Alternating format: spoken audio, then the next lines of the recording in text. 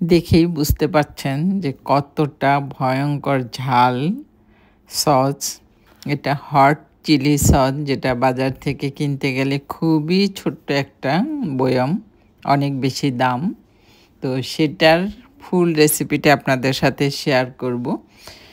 এই জন্য আমাকে লাগবে ঝাল 2 রকমের মরিচ, একটা একদম যত বেশি ঝাল নেওয়া যায় এরকম, আর একটু কম ঝাল, 1 কাপ রসুন, 2টা বড় সাইজের পেঁয়াজ। আমি একটা প্যানে নিয়ে নিচ্ছি 2 রকমের 2 কাপ মরিচ, একটা বেশি ঝাল বেশি লাল, আর রসুনের কোয়া 1 কাপ। এখন আমি দিয়ে দিচ্ছি 2টা পেঁয়াজ বড় বড় কিউব করে কেটে। তো এইগুলো আমি 1 কাপ পানি দিয়ে সিদ্ধ করে নিব, একদম পানিটা শুকিয়ে যাবে এই পর্যায়ে। আর লবণটা আগে কেউ দিবেন না, কারণ এটা পানি শুকিয়ে গেলে এটার পরিমাণটা অনেকটাই কমে যাবে।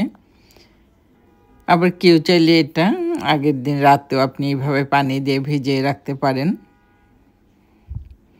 তো এইভাবেই আমি রান্না করে নিলাম।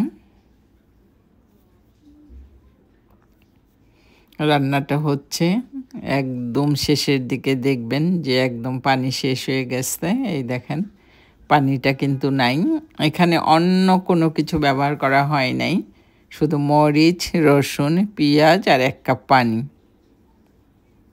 1 কাপ পানি দিয়ে এটা সিদ্ধ করতে হবে। এখন এটা পাটায় বেটে বা ব্লাইন্ডারে একদম পেস্ট করে নিলাম।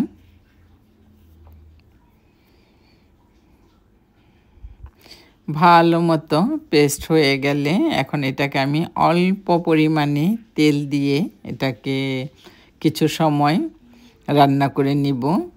এটা দীর্ঘদিন ফ্রিজে রেখে খেতে পারবেন, 6 মাস 1 বছরও কিছু হবে না।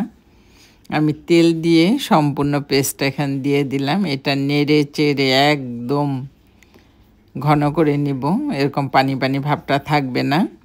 তেলটা আপনারা কম বেশিও দিতে পারেন, এটা ডিপেন্ড করে। এই দেখেন তেলটা কিন্তু এখন আর দেখা যাচ্ছে না। আর এই মশলাটা আপনি ঝাল মুড়িতে খেতে পারবেন, আবার গরম ভাতের সাথেও মরিচ ভর্তা হিসাবে খেতে পারবেন। আমি এখানে কিছুটা চিলি ফ্লেক্স দিয়ে দিলাম, যাতে কিছুটা আস্তে আস্তে মরিচ এবং বিচি পাওয়া যায়। রান্নাটা কিন্তু আমার শেষের দিকে, একদম শেষের দিকে আপনি এটা টেস্ট বুঝে লবণটা অ্যাড করে দিবেন। প্রথম দিকে পরিমাণে যতটা ছিল অতটা কিন্তু আর এখন নাই। এখন এটাকে কুসুম গরম বা একদম ঠান্ডা করে একটা কাচের বয়ামে তুলে ফ্রিজে রাখতে পারেন। তো আজকের এই হট চিলি সসের রেসিপিটা আপনাদের কেমন লেগেছে অবশ্যই কমেন্টস করে জানাবেন। নিত্য নতুন দেশি বিদেশি রান্না দেখার জন্য আমার সাথেই থাকুন, আর কমেন্টস করে অবশ্যই জানাবেন কেমন লেগেছে। বিখ্যাত ঝাল, সেই ক্ষেত্রে আপনাকে মরিচটা পারফেক্ট বাছাই করতে হবে এবং টকটকে লাল মরিচটাই নিতে হবে। দেখা হবে অন্য কোনো রান্না নিয়ে। আল্লাহ হাফেজ।